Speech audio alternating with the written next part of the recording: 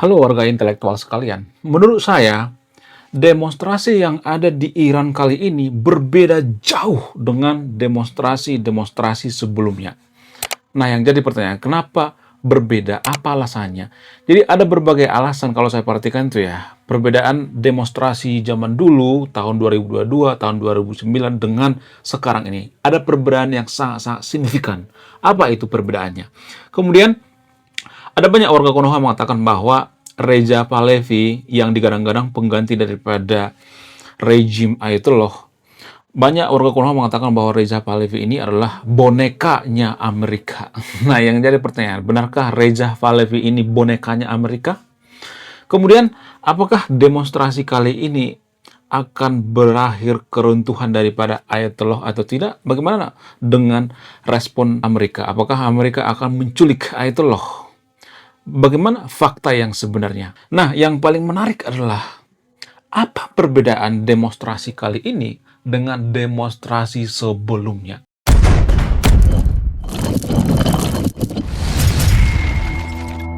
Perbedaan demonstrasi sebelumnya dengan demonstrasi sekarang yang ada di Iran itu, yang pertama itu ada berbagai alasan ya. Yang pertama itu titik demonstrasinya kalau saya perhatikan itu lebih luas sekarang. Kalau zaman dulu tahun 2009, kemudian tahun 2022, titiknya itu nggak terlalu banyak. Kalau saya perhatikan sekarang ini ya, titiknya itu merata di seluruh Iran. Kalau tahun 2022 itu nggak terlalu merata kalau saya perhatikan. Ya, itu yang pertama. Nah, yang jadi pertanyaan, kenapa bisa seperti itu? Kenapa merata? Apa alasannya? Kalau saya perhatikan itu ya, ini bisa merata karena apa? Karena memang masyarakat Iran itu sudah muak dengan pemerintahan daripada Ayatollah. Walaupun warga Konoha mengatakan, orang yang demo itu kan simpatisan daripada Amerika. Oh, itu yang pro Israel dan lain sebagainya. Enggak, guys. Sebenarnya kalau saya perhatikan, demo kali ini organik. Ya, kalau misalnya ada orang yang mengatakan bahwa demo ini ditunggangi, kalau saya perhatikan itu di mana-mana demo pasti ditunggangi, guys. Cuman yang memicu itu adalah masyarakat Iran itu sendiri ya, karena mereka muak dengan pemerintahan Iran itu sendiri. Kalaupun di tengah jalan ditunggangi oleh asing, ditunggangi oleh Amerika, ditunggangi oleh Israel dan sebagainya, yang menunggangi itu kan bukan pemicu utamanya gitu ya. Pemicu utamanya itu adalah karena masyarakat Iran muak dengan Ayatollah. Itu yang jadi permasalahan. Ya. Kemudian alasan selanjutnya kenapa demo kali ini berbeda dengan demo sebelumnya. Alasan yang kedua itu karena kalau saya perhatikan itu ya, demo kali ini lebih lama durasinya. Jadi kalau zaman dulu tahun 2009, tahun 2022, durasinya nggak terlalu lama. Tahun 2022 saya ingat saya itu cuma 6 hari, tapi sekarang ini kan berminggu-minggu, lebih daripada 6 hari. Nah, yang jadi pertanyaan, apakah ini era daripada Ayatollah sudah berakhir, era keruntuhan daripada Ayatollah? Bagaimana fakta yang sebenarnya? Kenapa bisa seperti itu? Kenapa demonstrasi kali ini lebih lama durasinya gitu ya dibandingkan dengan demo-demo sebelumnya? Kalau saya perhatikan tuh ya, demo kali ini durasinya itu lebih damai itu karena apa? Karena polisi Iran itu sangat agresif. Kalau misalnya ada mencurigakan langsung dieksekusi gitu. Itu yang memicu kemarahan. Kalau sebelum-sebelumnya nggak terlalu kalau saya perhatikan. Tapi kalau saya perhatikan sekarang ini eh, lebih panas ya daripada sebelumnya, lebih agresif ya. Kemudian selain itu apalagi alasannya? Alasan selanjutnya itu karena dipengaruhi oleh Reza Pahlavi. Jadi sebelumnya Reza Pahlavi itu nggak terlalu ini ya serius ya menanggapi kalau misalnya ada demo gitu ya, santuy aja nggak terlalu seserius ini kalau saya perhatikan. Namun demo kali ini saya perhatikan itu berbeda. Reza Pahlavi itu sangat serius ya. Dia seperti memimpin Iran itu dari kejauhan. Dia seperti memimpin demokrasi Iran itu dari kejauhan dari Amerika. Itu kalau saya perhatikannya. Nah, yang jadi pertanyaan, kenapa masyarakat Iran sekarang ini lebih mengidolakan yang namanya Reza Pahlavi daripada Ayatollah itu sendiri? Apa alasannya? Kalau saya perhatikan itu ya, mungkin pengaruh daripada aturan-aturan agama, undang-undang hijab dan lain sebagainya, itu mungkin yang mempengaruhi ya. Jadi masyarakat Iran itu muak dengan pemerintahan Ayatollah sehingga apa? Sehingga ada pembakaran yang namanya masjid, ya kemudian kitab suci dibakar dan lain sebagainya. Itu ya kalau saya perhatikan ya. Kemudian alasan selanjutnya itu karena didukung atau disokong oleh Donald Trump. Jadi tahun 2022 itu nggak terlalu ya kalaupun Amerika itu menyerukan ya supaya demonstran Iran itu turun ke jalan, tidak semasif sekarang ya, tidak seserius sekarang.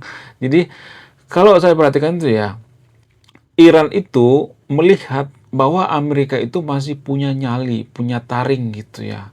Buktinya apa? Buktinya pasukan Amerika itu menculik yang namanya Presiden Venezuela. Sehingga masyarakat Iran itu berpikirnya itu, oh ternyata Amerika itu serius. Ya, ternyata Amerika itu bukan cuma omon-omon. Ternyata Ayatollah itu bisa diculik juga ternyata. Nah, itu yang bikin masyarakat Iran itu lebih serius demonya daripada sebelum-sebelumnya. Karena apa? Karena didukung oleh Amerika. Nah, ini sebenarnya yang jadi permasalahan di Konoha kalau saya perhatikan. Jadi Konoha itu kan membenci yang namanya Amerika. Kenapa sih Amerika itu ikut campur? Kenapa sih Amerika itu harus ya mengurusi yang namanya Iran dan lain sebagainya? Ya, kembali lagi ke sejarah Perang Dunia Kedua. Kenapa Amerika menjadi polisi dunia? Karena apa? Karena pemenang Perang Dunia Kedua itu ya Amerika, Rusia, dan lain sebagainya, sekutu ya. Jadi mereka menguasai dunia, mereka jadi polisi dunia itu ada harga yang harus dibayar. Jadi ini yang paling bikin saya sebel ya dengan warga Konoha. Kenapa saya itu sebel, kesel banget dengan warga Konoha? Warga Konoha itu mengata-ngatain Amerika negara preman, Amerika itu jahat dan sebagainya. Ya, tapi gini guys, Amerika gitu-gitu ya. Kalau kita perhatikan itu ya, walaupun banyak orang mengata-ngatai Amerika itu, tapi mereka punya modal gitu. Apa modal mereka? Mereka pemenang Perang Dunia Kedua. Ya, apakah Konoha bisa memenangkan Perang Dunia Kedua? Boro-boro, ya. Mohon maaf ya, saya tidak mengecilkan Konoha ya. Kalau Konoha itu bisa mengusir penjajah, bisa mengusir Belanda dari dulu, kenapa nggak diusir gitu ya? Dari awal berdirinya gitu ya, dari awal datangnya company ke Konoha itu kenapa nggak diusir? Kenapa nunggu sampai ratusan tahun gitu ya? Saya tidak mengecilkan Konoha di sini ya, tapi kan ada banyak sekali budi daripada Amerika itu yang kita lupakan. Karena apa? Karena kebencian kita ya. Karena Amerika itu mayoritas Kristen, karena mereka Nasrani, kita kata-katain Amerika gitu ya. Ada banyak budinya ya. Seperti misalnya ya memborbardir Jepang sehingga apa? Sehingga Jepang takluk sama sekutu dan Jepang menyerah sehingga Konoha menjadi merdeka. Itu pengaruh guys ya. Tanpa kita sadari ya. Cuman kita aja nggak mengucapkan terima kasih. Harusnya kita mengucapkan terima kasih guys ya. Bukan berarti saya pro terhadap Amerika ya. Saya benar-benar netral ya. Cuman permasalahannya kita itu terlalu memihak gitu ya. Karena Amerika itu Nasrani, karena Amerika itu mayoritas Kristen, sehingga kita memusuhi. Nggak boleh seperti itu, nggak boleh. Makanya saya katakan justru ya, kalau kita berlebihan dalam beragama itu, fanatik berlebihan dalam beragama itu, kita tidak bisa netral guys ya. Kenapa warga Konoha mendukung Iran? Karena apa? Karena ya seagama, nggak ada lagi alasan lain ya. Ya warga Konoha itu nggak peduli mau benar mau salah, nggak peduli ya. Yang penting seagama, yang penting seiman gitu ya. Itu kalau saya perhatikan ya. Jadi saya di sini harus benar-benar netral ya. Saya tidak mendukung Amerika di sini ya. Saya cuma mengakui bahwa Amerika itu kadang-kadang berlebihan gitu ya. Di Amerika juga ada orang yang jahat juga gitu ya. Tapi kita harus mengingat budi daripada Amerika. Salah satu donatur terbesar di Gaza itu adalah Amerika. Tapi warga Konoha tidak pernah mengakui itu. Nggak pernah. Ya mereka hanya melihat ya kejelekan-kejelekan Amerika. Kita harus fair dong ya. Apakah di Iran itu ada orang baik? Ya saya mengakui ada orang baik. Apakah di Iran itu ada orang jahat? Saya juga mengakui ya. Jadi harus benar-benar netral gitu. Nggak boleh jomplang gitu. Karena Amerika itu Nasrani, kita membenci. Karena Amerika itu Kristen, kita membenci. Nggak boleh seperti itu ya. Ini pemikiran kotor namanya. Pemikiran yang sangat-sangat tidak membangun gitu ya. Pantesan kita nggak maju-maju. Karena apa? Karena kita sudah berpihak duluan. Karena agama. Belum tentu yang seagama dengan kita, jujur ya kan. Sama halnya dengan Iran. Jelas-jelas pemimpin spiritual Iran yaitu Ayatollah korupsi gila-gilaan sampai ribuan triliun. Tapi Konoha masih mendukung tuh ya. Jadi kalau benar-benar, kalau salah-salah gitu. Jangan berpikir bahwa saya berpihak ya. Kemudian alasan selanjutnya kenapa demo kali ini lebih parah daripada sebelumnya. Berbeda dengan demo sebelumnya. Alasan selanjutnya itu karena pengaruh daripada serangan daripada Israel ya. Jadi Israel kan pernah perang tuh ya sama Iran selama 12 hari. Ya, ini berbekas guys, ini mempengaruhi. Nah, ketika Amerika membombardir Iran ya, membombardir nuklir daripada Iran, masyarakat Iran berpikir, "Lah, kok gitu? Kok pemerintah kita lemah? Kok militer kita lemah?" ternyata selama ini kita salah. Jadi anak-anak muda yang ada di Iran itu terkejut. Lah, kok gitu? Kok militer kita itu diacak-acak sama Israel sama Amerika? Cuman warga Konoha tidak pernah mengakui itu ya. Warga Konoha itu selalu mengatakan bahwa oh Iran itu masih kuat. Ya Iran itu masih ada pembangkit nuklir yang lain gitu ya. Selalu dibelain ya. Itu kalau saya perhatikan ya. Kemudian Reza Pahlavi itu sering disebut boneka daripada Amerika, terutama konten kreator yang ada di Konoha. Banyak tuh ya konten kreator di Konoha itu mengatakan atau mengata-ngatain Reza Pahlavi ini adalah boneka Amerika. Nah, kalau kita berpikir secara rasional misalnya, kita berpikir secara netral ya. Kita bandingkan dengan Arab Saudi misalnya. Apakah Arab Saudi itu bisa dikatakan boneka daripada Amerika? Bisa aja. Tapi kan kita standar ganda ya. Kalau Amerika menjadikan Arab Saudi itu sebagai negara boneka, kalau Amerika menjadikan MBS itu sebagai boneka di Timur Tengah, maka kita tidak pernah mengakui itu. Jadi definisi daripada boneka ini ya, definisi daripada Amerika menjadikan Reza Pahlavi boneka ini standar ganda.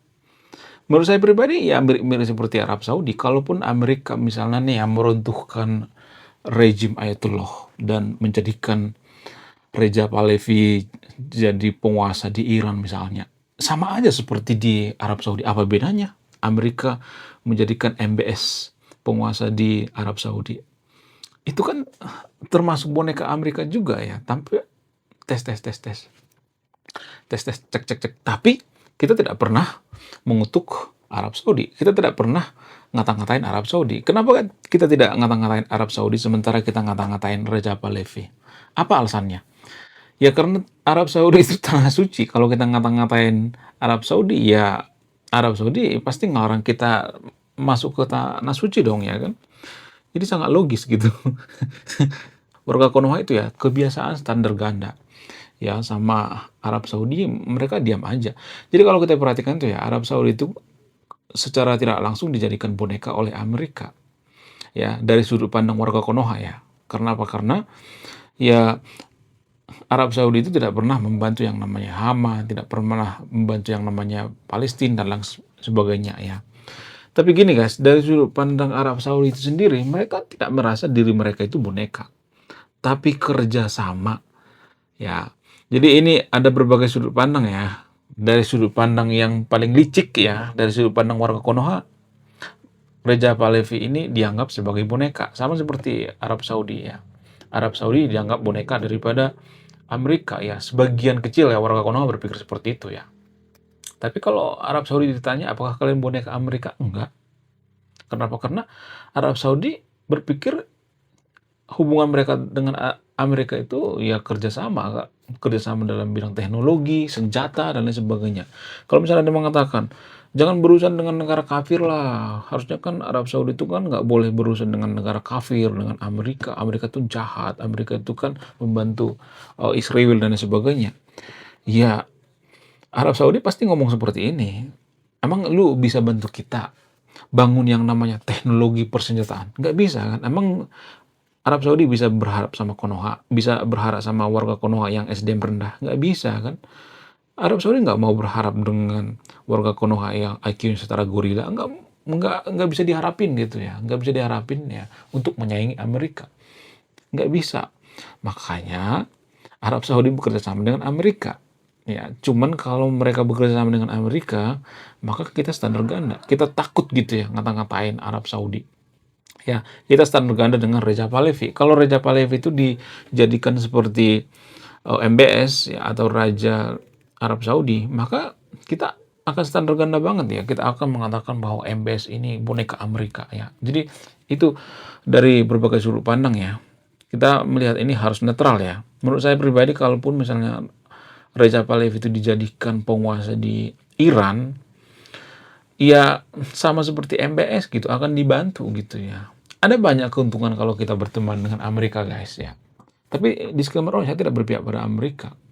Karena gini ya, kalau kita berteman dengan penguasa dunia, kalau kita berteman dengan orang yang kaya, ya bisa aja kita jadi kaya ya kan, karena apa? Karena pola pikir ya, SDM Amerika itu ya pasti ketularan gitu ya dengan Arab Saudi ya.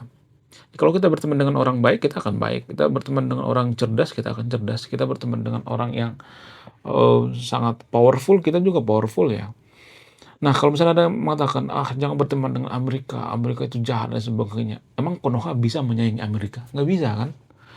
Jadi ada harga yang harus dibayar, guys. Amerika juga menjadi penguasa dunia itu ada harga yang harus dibayar. Apa itu? Nyawa. Ada jutaan nyawa melayang. Jutaan orang Amerika ada meninggal pada saat Perang Dunia Kedua. Ada harga yang harus dibayar, ya. Emang Konoha mau membayar harganya? Nggak mau kan? Makanya kita tidak bisa menjadi penguasa dunia. Amerika itu bersusah payah menjadi penguasa dunia. Ya, mereka melakukan yang namanya effort yang sangat luar biasa. Jadi kita harus menghargai itu. Ada harga yang harus dibayarnya. Kemudian ada yang mengatakan bahwa Donald Trump ini akan menculik yang namanya Ayatollah. Apakah ini akan segera atau tidak? Kalau menurut saya pribadi, mungkin ada semacam mengulur-ulur waktu ya. Supaya apa? Supaya Amerika itu jangan terlalu ini ya dikecam oleh dunia gitu ya. Kalau misalnya sekarang diserang itu kan terlalu mentah ya. Jadi kalau saya perhatikan tuh Donald Trump itu melihat timing yang tepat ya. Lagian Donald Trump itu kalau melakukan serangan itu biasanya melakukan dengan sangat matang ya. Sama seperti Venezuela, nggak buru-buru, nggak gerasa gerusuk ya. Ya mereka melakukan persiapan yang sangat matang ya. Venezuela itu kan berbulan-bulan tuh ya. Berbulan-bulan diincar itu presiden daripada Venezuela yaitu Maduro. Bahkan mereka bikin semacam rumah replika guys, segitunya effortnya. Jadi bagaimana cara menculik Ayatollah? Ya penuh dengan persiapan gitu ya, penuh dengan strategi yang sangat-sangat matang gitu, nggak boleh kerasa gerusuk ya. Kemudian baru-baru ini Reza Pahlavi mengatakan supaya Ayatollah ini turun dari tahtanya. Reza Pahlavi mengatakan seperti itu ya. Supaya apa? Supaya masyarakat Iran sekarang ini berhenti demonstrasi. Harusnya ya kalau misalnya Ayatollah ini waras ya, harusnya dia langsung udah menyerahkan diri deh ya. Menyerahkan kekuasaan ya daripada warganya banyak yang korban ya kan. Jadi gini guys, banyak warga Konoha itu yang belum mengetahui, mohon maaf ya, nggak semuanya tapi ya, belum mengetahui bahwa sistem pemerintahan daripada Iran itu berbeda dengan republik lainnya, berbeda dengan negara republik lainnya kalau saya perhatikan. Iran itu berbeda. Ya, jadi kalau kita perhatikan presiden Iran itu sebenarnya itu hanya pajangan, nggak terlalu bermanfaat ya. Yang sangat powerful itu, yang sangat berperan utama itu adalah Ayatollah. Kenapa? Karena mereka sudah sepakat ketika mereka revolusi, maka mereka menempatkan pemuka agama yaitu Ayatollah yang menempatkan orang yang sebagai perpanjangan Tuhan di Iran yaitu Ayatollah ya. Jadi menurut orang Iran itu sendiri Ayatollah itu adalah titisan Tuhan ya di Iran. Sehingga susah dia digulingkan. Ya, butuh effort yang sangat luar biasa. Itulah alasannya kenapa orang Iran sekarang ini sangat luar biasa ya effortnya untuk menjatuhkan daripada Ayatollah ini ya. Jadi kita sebagai warga Konoha itu nggak boleh ya terlalu Iran daripada Iran gitu ya. Nggak boleh kita merasa lebih Iran daripada Iran, nggak boleh seperti itu ya. Kita harus netral ya, kita harus melihat dari berbagai sudut pandang. Ya banyak tuh yang ngata-ngatain saya, segitunya kamu ya, segitunya kamu bikin konten. Ya pada faktanya seperti itu ya. Kalau misalnya nih ada yang mengatakan ya, ada misalnya membantah pakai data gitu ya. Biasa kan bantah pakai data. Ya jangan ya misalnya nih ya nulis ya komentar, kamu itu sok tahu ya, hoaxnya di mana gitu ya, kasih data yang lebih akurat gitu ya. Jangan cuma bilang sok tahu lu, hoax, lalu tiba-tiba ngilang gitu. Ya, jangan terbiasa seperti itu guys ya. Kita sebagai kaum intelektual itu harus ya berpikir rasional ya, harus bisa berargumen secara intelektual, tidak hanya oh, menjelek-jelekkan orang lain gitu ya. Tidak hanya mengatakan orang lain sesat, tapi kita tidak bisa membuktikan bahwa orang yang kita sebut sesat itu sesat gitu ya. Harus ada data yang akurat ya. Harus ada data yang kuat. Barangkali gimana? Apakah rejim Ayatollah ini akan berakhir atau tidak?